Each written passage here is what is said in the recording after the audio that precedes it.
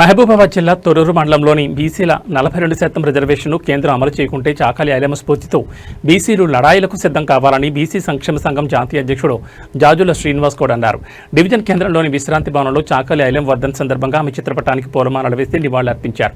అనంతరం ఏర్పాటు చేసిన విలేకరుల సమావేశంలో ఆయన మాట్లాడుతూ తెలంగాణ రాష్ట్రంలో బీసీలకు విద్య, ఉద్యోగ, రాజకీయ రంగాల్లో 42% సాధించడానికి తెలంగాణ బీసీ సమాజం పోరాటం చేసిందని, కాంగ్రెస్ ప్రభుత్వం అసెంబ్లీలో బీసీలకు 42% రిజర్వేషన్లపై చట్టం తెచ్చి తీర్మానం పెడితే కేంద్ర ప్రభుత్వం అడ్డుకుంటుందని అన్నారు.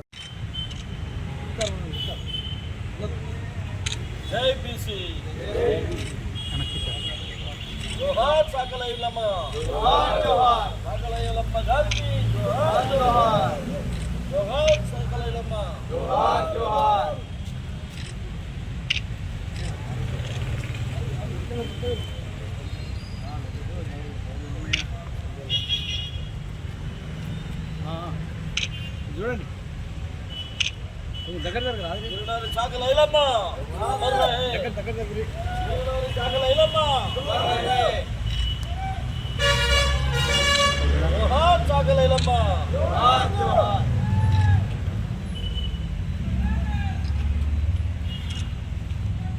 జోహార్ తెలంగాణ రైతాంగ సాయుధ పోరాట యోధురాలు చాకలి ఐలమ్మ. జోహార్ వీరనారి చాకలి ఐలమ్మ. జోహార్ పాలకుర్తి ముద్దుబిడ్డ చాకలి ఐలమ్మ. సాధిద్దాం చాకలి ఐలమ్మ గారి ఆశయాలను. సాధిద్దాం చాకలి ఐలమ్మ గారి ఆశయాలను. ఈరోజు తెలంగాణ రైతాంగ సాయుధ పోరాట యోధురాలు తెలంగాణ ప్రాంత భూమి భుక్తి విముక్తి కోసం, వెట్టి చాకిరి నిర్మూలన కోసం ఈరోజు పాలకుర్తి గడ్డ మీద నాజీలకు, నవాబులకు, రజాకారులకు, వారికి తాబేదారులైనటువంటి భూస్వాములకు, పెట్టుబడిదారులకు వ్యతిరేకంగా పోరాడినటువంటి వీరనారి చాకలి ఐలమ్మ 40వ వర్ధంతి సందర్భంగా బీసీ సంక్షేమ సంఘం ఇవాళ పాలకుర్తి నియోజకవర్గం నుండి, అదేవిధంగా మహబూబాబాద్ జిల్లా నుంచి వారికి ఘనమైన నివాళులు అర్పించినాం. ఈరోజు చాకలి ఐలమ్మ తెలంగాణ సమాజానికి ఒక స్ఫూర్తిదాత. చాకలి ఐలమ్మ ఈ తెలంగాణ ప్రాంతంలో ఇవాళ భూస్వాముల ఆగడాలకు వ్యతిరేకంగా వాళ్ళు అన్యాయంగా శిస్తుగట్టమని పండించినటువంటి పంటను గుంజుకొని పోతే 6 కాలం కష్టం చేసి పండించినటువంటి పంటను ఇవాళ విష్ణూరు దొరలు దౌర్జన్యంగా దోపిడీ చేస్తూ వాళ్ళని అన్యాయానికి గురి చేసి దాడులు, దౌర్జన్యాలు చేస్తే వారికి వ్యతిరేకంగా తిరగబడి మరలబడి వారిని తరిమి కొట్టిన చరిత్ర చాకలి ఐలమ్మది. చాకలి ఐలమ్మ యొక్క స్ఫూర్తి, వారి యొక్క ధైర్య సాహసాలు, వారి యొక్క పోరాట స్ఫూర్తి, వారి యొక్క సాహసం ఈ తెలంగాణ సమాజానికి ఆదర్శవంతమైంది. ఈరోజు చాకలి ఐలమ్మని ఒక కులానికే పరిమితం కాదు, మొత్తం యావత్తు బీసీ సమాజానికి, తెలంగాణ సమాజానికి ఇలా చాకలి ఐలమ్మే మా అమ్మ అని చెప్పి ఈ సందర్భంగా సగర్వంగా ప్రకటిస్తున్నాం.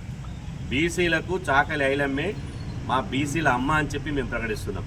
అట్లాంటి చాకలి ఐలమ్మ ఇలా మహిళలకే కాదు, మొత్తం తెలంగాణ బడుగు సమాజానికి, అదేవిధంగా బీసీ సమాజానికి ఒక దిక్సూచి లాంటిదని చెప్పి ఈ సందర్భంగా తెలియజేస్తున్నాం. చాకలి ఐలమ్మ ఇవాళ ఏం కోరుకున్నది? సామాజిక వివక్షత లేనటువంటి సమాజం రావాలని, ఆర్థిక అసమానతలు లేనటువంటి, దోపిడీ సమాజం లేనటువంటి సమాజం రావాలని, అదేవిధంగా ఇవాళ ఎవరైతే దున్నేవాడికి భూమి కావాలని, సంపద అందరికీ దక్కాలని, పరిపాలన పగ్గాలు కూడా ఎవరైతే జనాభా అధికంగా ఉన్నారో ఆ జనాభాకే రాజ్యాధికారం రావాలి అని చెప్పి ఆమె కోరుకున్నది. అంటే చాకలి ఐలమ్మ సామాజిక తెలంగాణ రావాలి, మెజార్టీ ప్రజలకు రాజ్యాధికారం దక్కేటువంటి తెలంగాణ రావాలి అని చెప్పి ఆమె కోరుకున్నది. కాబట్టి ఇవాళ చాకలి ఐలమ్మ 40వ వర్ధంతి సాక్షిగా ఇవాళ బీసీ సంక్షేమ సంఘం ప్రతినబూనుతుంది. మీ ఆశయాలను, మీ లక్ష్యాలను ముందుకు తీసుకుపోవడానికి మేము సిద్ధము అని చెప్పి ఈ సందర్భంగా తెలియజేస్తున్నాం. ఈరోజు తెలంగాణలో ఇవాళ దోపిడీ లేనటువంటి వ్యవస్థ ఉందా అంటే అది లేదు. అదేవిధంగా ఈ తెలంగాణలో రాజకీయంగా అణచివేత ఉందంటే పోయిందంటే అది పోలేదు, దోపిడి పోయిందంటే దోపిడి పోలేదు.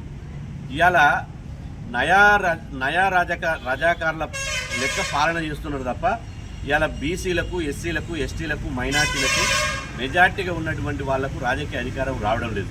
కాబట్టి ఈరోజు మేము ఖచ్చితంగా తెలంగాణ గడ్డ మీద బీసీ జెండా ఎగరేయడానికి, తెలంగాణ గడ్డ బీసీలకు అడ్డ, 60% జనాభా ఉన్నటువంటి బీసీలకు తెలంగాణలో రాజకీయ అధికారమే లక్ష్యంగా, రాజ్యాధికారమే అంతిమ లక్ష్యంగా ముందుకు సాగుతున్నాం.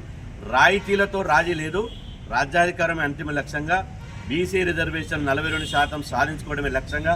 ఎందుకంటే నేను ఇంతకుముందు చెప్పాను, బీసీ రిజర్వేషన్లు అనేక కుట్రలు కుతంత్రాలకు పాల్పడుతున్నారు. బీసీల నోటికాడి ముద్దను గుంజుకుంటున్నారు. ఇవాళ మేము 60% ఉంటే 42% రిజర్వేషన్లు కావాలని మేము కొట్లాడుతుంటే 42% రిజర్వేషన్లు ఇవ్వడానికి కూడా సిద్ధంగా లేదు ఈ అగ్రకులాల ప్రభుత్వాలు. ఇవాళ మేము అంటున్నాం, మా సోదర ఎస్సీ ఎస్టీలకు జనాభా డామేజ్ ప్రకారం ఉన్నాయి, వాళ్ళకు 100% ఉండాల్సిందే, మేము మద్దతు తెలుపుతున్నాం.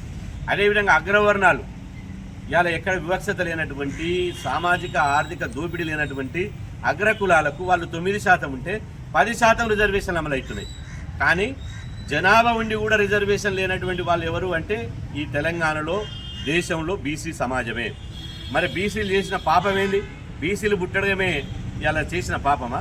కాబట్టి మర్యాదగా చెప్తున్నాం, ఐలమ్మ స్ఫూర్తితోటి మర్యాదగా మా వాటా మాకిస్తేనే సరే. లేకపోతే ఐలమ్మ ఆ రోజు గుర్తుపందుకొని విష్ణునూరు దొరలను ఎట్లయితే వేటాడి తరిమి కొట్టిందో, తెలంగాణలో ఉన్నటువంటి 60% బీసీ సమాజం రిజర్వేషన్ వ్యతిరేకులను వాళ్ళని ఓటు అనే ఆయుధంతో ప్రజాస్వామ్యబద్ధంగా మిమ్మల్ని తరిమి కొట్టడానికి సిద్ధమని చెప్పి సందర్భంగా తెలియజేస్తున్నా. అసెంబ్లీలో బిల్లు పెడితే పోయి రాష్ట్రపతి దగ్గర 5 నెలలు ఉంటుంది, దానికి ఆమోదం తెలుపరు. అదేవిధంగా అసెంబ్లీలో చట్టం చేసి బిల్లు పంపితే గవర్నర్ గారి దగ్గర పోయి గవర్నర్ గారి దగ్గర రాజ్భవన్లో మూలుగుతుంటుంది తప్ప రాజ్భవన్ దానికి ఆమోద ముద్ర వేయదు. అంటే రాష్ట్రపతి భవన్ను, రాజ్భవన్ను ఎవరు ప్రభావితం చేస్తున్నారు? రాష్ట్రపతి భవన్ను, రాజ్భవన్ను ఢిల్లీలో ఉన్న పాలకులు, ఢిల్లీలో ఉన్నటువంటి గద్దె మీద కూర్చున్నటువంటి పెద్దలు ఈ రాజ్భవన్ను, రాష్ట్రపతి భవన్ను ప్రభావితం చేస్తారు. నేను అంటున్నా, ఇవాళ ఎన్ని రోజులు ఇట్లా మోసం చేస్తారు? బీసీలను ఎన్ని రోజులు దగా చేస్తారు? ఎన్ని రోజులు ఈ దగులుబాజు మాటలు చెప్పి, మోసం మాటలు చెప్పి, మీ గారెడి విద్యతోటి మాయ మాటలు చెప్పి బీసీ రిజర్వేషన్లు దక్కకుండా చేస్తారు?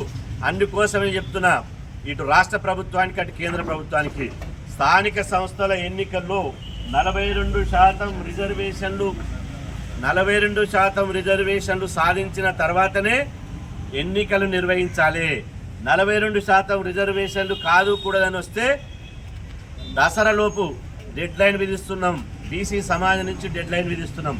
దసరాలోపు 42% రిజర్వేషన్లకు సరాసరి మీరు చట్టానికి ఆమోద ముద్ర వేసి తమిళనాడు తరాలో 9th షెడ్యూల్ తీసుకొస్తారా, లేకపోతే అసెంబ్లీలో చేసిన చట్టాన్ని గవర్నర్ గారు ఆమోదించి అదే చట్ట రూపంలో తీసుకొస్తారా? మీరు ఏ పద్ధతిలో తీసుకొస్తారో మాకు అనవసరం. కానీ మాకు కావాల్సింది 42% రిజర్వేషన్లు. ఆ 42% రిజర్వేషన్లు దసరా లోపు మీరు మాకు బీసీలకు అమలు చేయాలి. లేకపోతే మాత్రం దసరా తర్వాత లక్షలాది మందితోటి ఇవాళ అమ్మ కళ్ళమ్మిటి ఏమొస్తుంది, తాళ్ళెక్కిటి ఏమొస్తుంది, కొడితే గోల్కొండ కోటనే కొట్టాలి, ఈ రాజ్యాన్ని ఈ పరిపాలించాలన్నటువంటి సర్దార్ సర్వాయి పాపనే ఏలిన కోట అక్కడ భువనగిరి కోట. ఆ భువనగిరి కోటలో, భువనగిరి గడ్డ మీద ఎన్నో ఉద్యమాలకు, తెలంగాణ సామాజిక విప్లవ ఉద్యమాలకు పురుడు పోసుకున్నటువంటి భువనగిరి గడ్డ మీద నుంచే లక్షలాది మందితోటి బీసీల రాజకీయ యుద్ధబేరి మహాసభను నిర్వహించబోతున్నాం.